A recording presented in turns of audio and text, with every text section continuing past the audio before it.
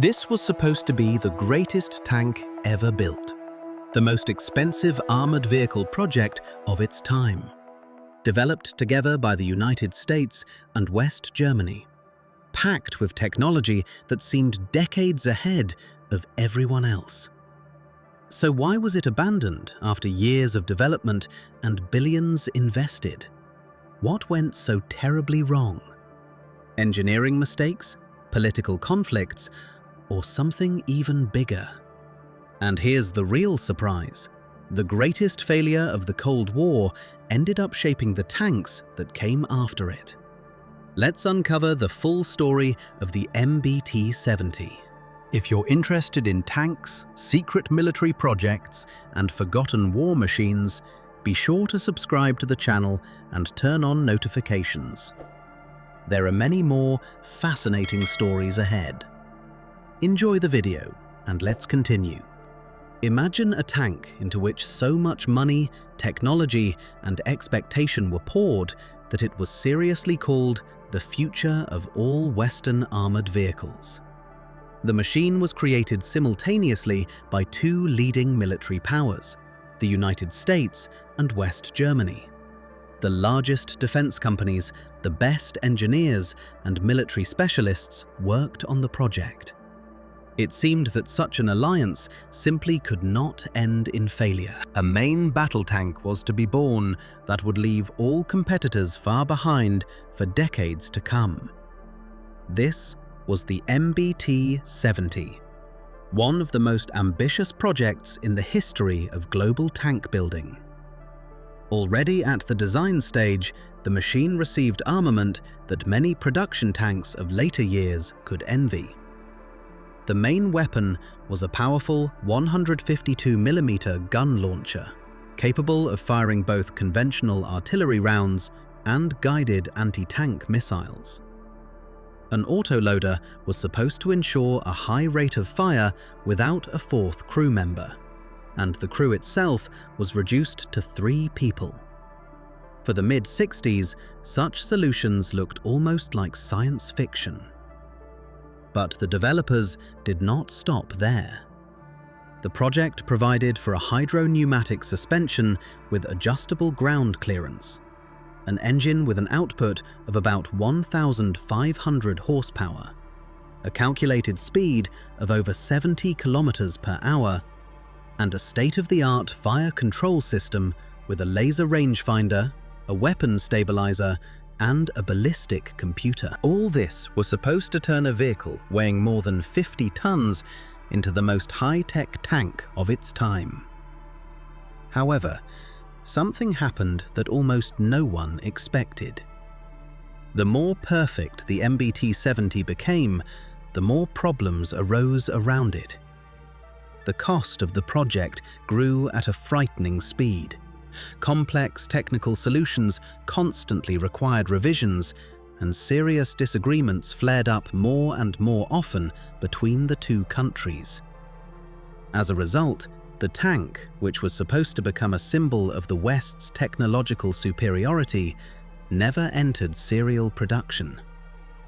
But the most surprising thing is not this at all.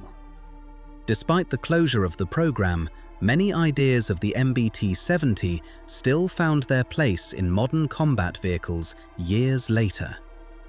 It turns out that one of the most famous failures simultaneously became the foundation for future generations of tanks. And to understand how such a thing was even possible, one must first return to the early 60s of the last century. The early 60s were a turning point for global tank building. After the end of the Second World War, it seemed that the basic principles for creating tanks had already been defined. The military improved existing machines, reinforced armor, increased engine power, and gradually upgraded armament. But the appearance of a new generation of Soviet main battle tanks forced Western armies to reconsider almost all their ideas about the future battlefield. Of particular concern was the fact that the Soviet Union was betting not just on increasing the quantity of armored vehicles, but on creating universal machines capable of simultaneously combining high mobility, powerful armament, and serious protection.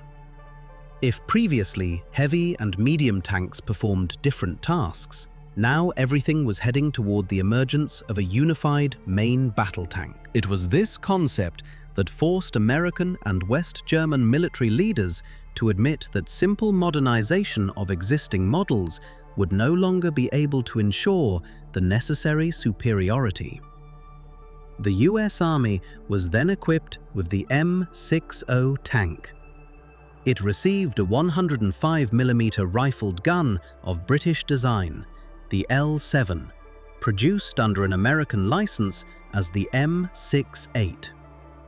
The weapon was characterized by high accuracy and allowed for the use of a wide range of ammunition: armor-piercing discarding sabot, high-explosive anti-tank, high-explosive and smoke rounds. The ammunition load was more than 60 rounds, but the vehicle itself weighed almost 50 tons and was equipped with a 750 horsepower diesel engine. The power-to-weight ratio remained relatively low, so the maximum speed rarely exceeded 48 kilometers per hour, and the acceleration and maneuverability were no longer meeting the requirements of the future battlefield. In the West German Bundeswehr, the situation did not look much better. The main tank was becoming the Leopard 1 series, which was significantly lighter, about 40 tons.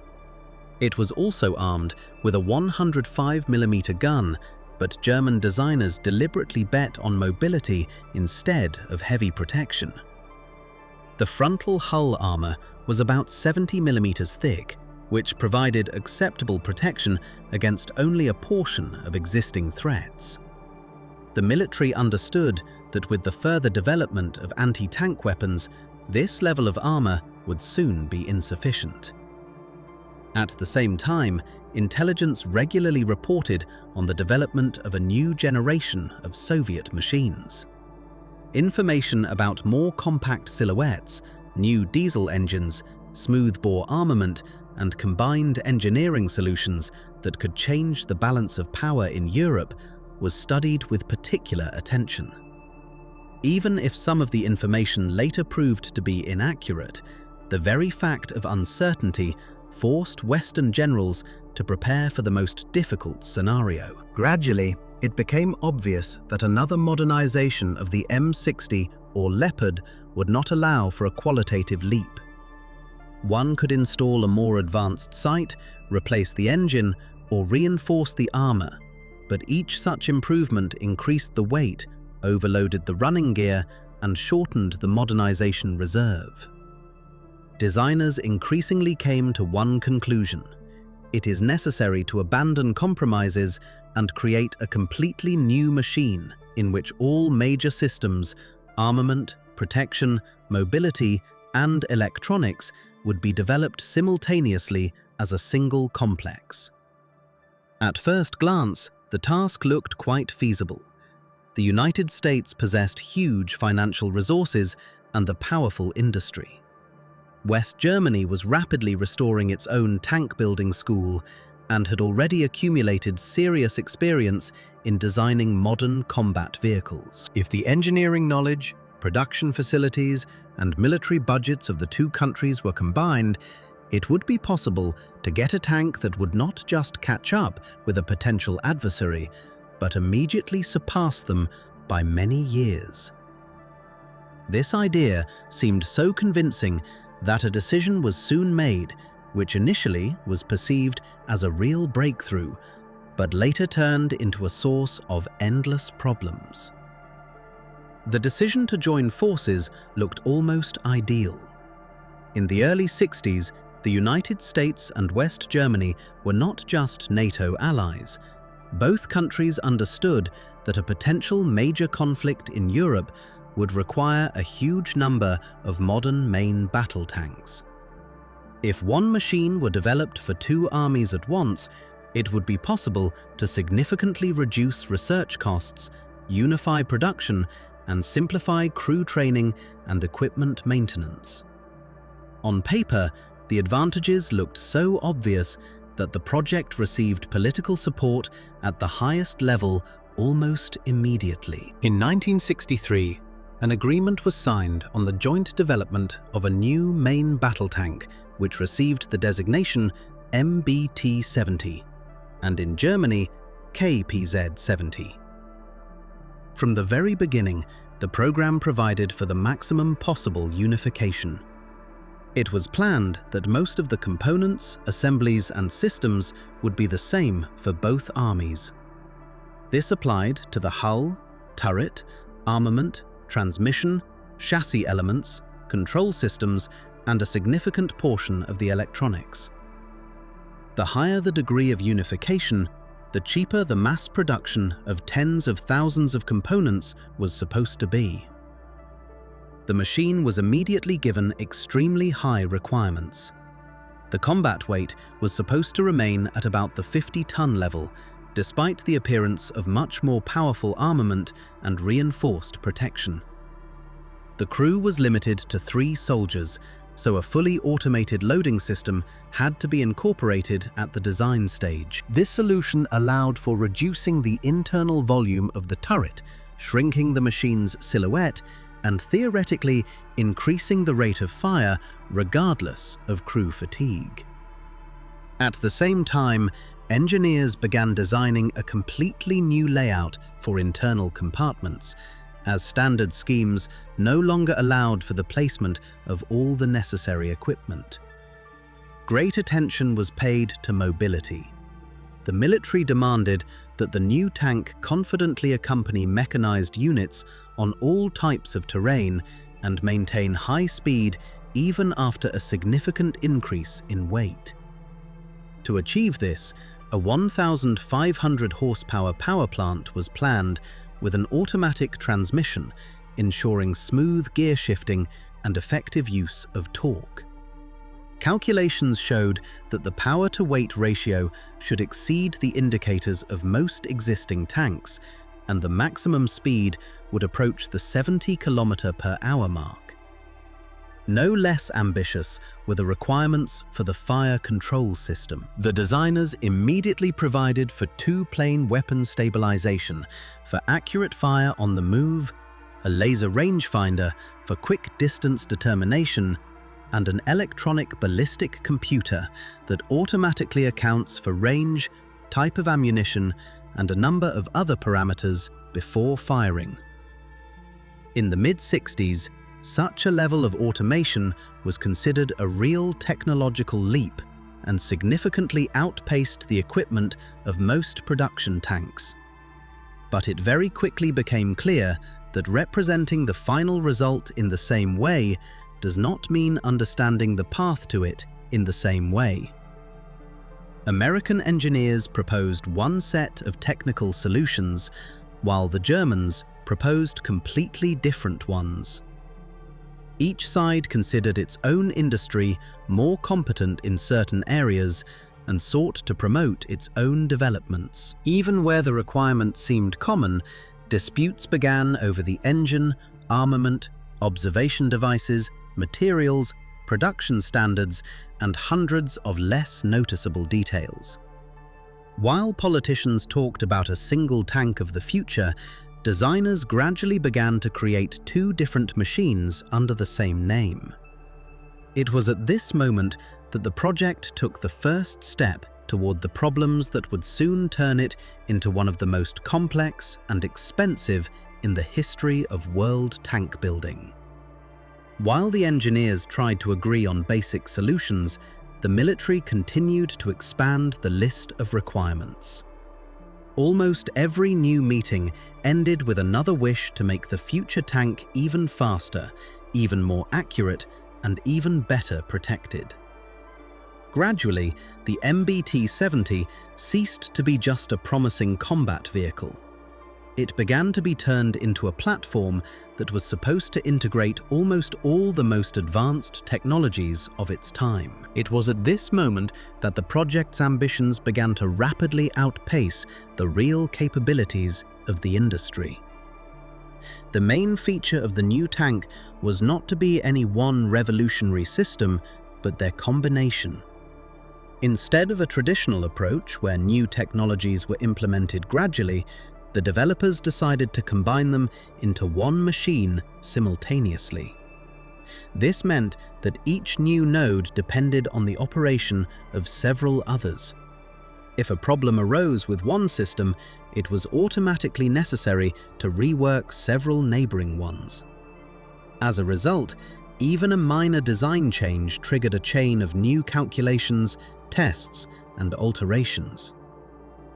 One of the first serious tasks was the placement of a huge 152mm gun launcher. Such an armament significantly exceeded standard tank guns in size and weight. It required completely new recoil devices, reinforced mounting in the turret, and increased internal volume of the combat compartment. At the same time, the autoloader had to work with long guided missiles and large-sized artillery rounds, which significantly complicated its design. Any delay in the mechanism could completely take the machine out of action, so the requirements for its reliability were exceptionally high. No less complex was the development of a new protection system. The designers understood that simply increasing the thickness of steel plates would quickly lead to an excessive weight increase. Therefore, already at the early stages of the project, they began to study multi-layered armor schemes, different angles of armor inclination, and rational layout of internal compartments. The frontal part of the hull and turret was designed to withstand the most modern anti-tank and armor-piercing ammunition, but at the same time, it was necessary to keep the mass of the vehicle within approximately 50 tons. Each additional protection reinforcement inevitably reflected on the load on the suspension, transmission, and power plant. Simultaneously, the requirements for mobility grew. The hydropneumatic suspension was supposed to not only soften movement over rough terrain, but also change ground clearance, hull tilt, and the machine's position relative to the surface. Theoretically, this allowed for reducing the tank's silhouette behind folds in the terrain, increasing the gun depression angle, and facilitating the overcoming of complex obstacles. However, such a suspension included a large number of hydraulic elements, pipelines, valves, and actuators, each of which required high manufacturing precision and failure-free operation under the most severe conditions. Not less questions were raised by the electronic stuffing. For its time, the MBT-70 received an unprecedented amount of complex equipment. In addition to a laser rangefinder and a ballistic computer, the machine was designed with independent commander and gunner observation devices, a stabilized targeting system, and numerous sensors that transmitted information to a computing complex. All this was powered by an advanced electrical network with a much higher load than most tanks that existed then. Any failure of individual components could disrupt the operation of several systems at once, so the requirements for assembly quality and calibration constantly increased. From the outside, the project still looked like a real technological breakthrough. Each new presentation made a strong impression, and the characteristics seemed incredible even to specialists. But inside the program, the situation gradually became more and more complex. The more revolutionary solutions were combined into one machine, the more they began to depend on each other. The engineers still hoped that they would manage to cope with all the difficulties. But ahead of them awaited a stage where the boldest ideas would first collide with the reality of polygon tests. When the first MBT-70 prototypes began to take their finished form, it became clear that the world had never seen anything like it. Many solutions implemented in this machine looked so unusual that even experienced tankers were initially cautious about them. The developers consciously rejected traditional schemes. believing that they were exactly what was preventing a real technological breakthrough. And while some innovations were indeed ahead of their time, others subsequently became the source of serious problems. The most unusual solution was the crew layout.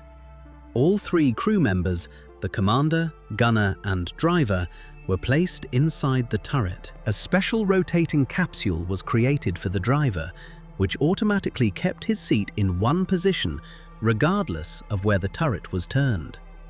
Thanks to this, the driver always looked forward in the direction of the machine's movement, even if the turret was turned almost 180 degrees.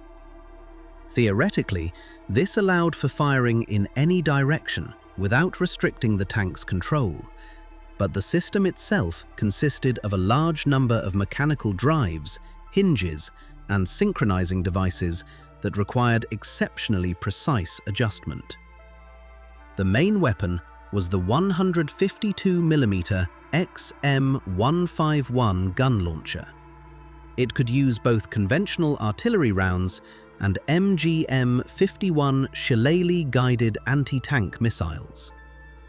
The missile was guided to the target by an infrared beam and allowed for hitting armored vehicles at a range of up to 3,000 meters, significantly farther than most tanks of that time could confidently fire conventional ammunition. For close-range combat, heat, HE, and special practice rounds were provided. Such versatility seemed like a huge advantage, although subsequently, the combination of two fundamentally different types of armament noticeably complicated the operation of the machine. Work with ammunition was completely entrusted to the autoloader. It was located in the turret bustle and fed rounds without the participation of a loader. Thanks to this, the crew was successfully reduced to 3 people, and the calculated rate of fire reached approximately 10 rounds per minute. The ammunition load numbered about 50 rounds of various types, but the mechanization itself turned out to be much more complex than initially assumed. The autoloader had to confidently work with ammunition of different lengths, weights, and designs, which placed extremely high requirements on the accuracy of its mechanisms. For engaging light vehicles and aerial targets, the tank received additional armament. A 7.62mm machine gun was coaxial with the gun, and a remote-controlled 12.7mm heavy machine gun was mounted on the commander's cupola. Such a combination allowed for effectively fighting infantry, unarmored vehicles, and low-flying aerial targets without consuming the main ammunition load. At the same time, the commander could fire the heavy machine gun while remaining under the protection of armor, which for the mid-60s was considered a very modern solution. No less impressive was the observation and fire control system.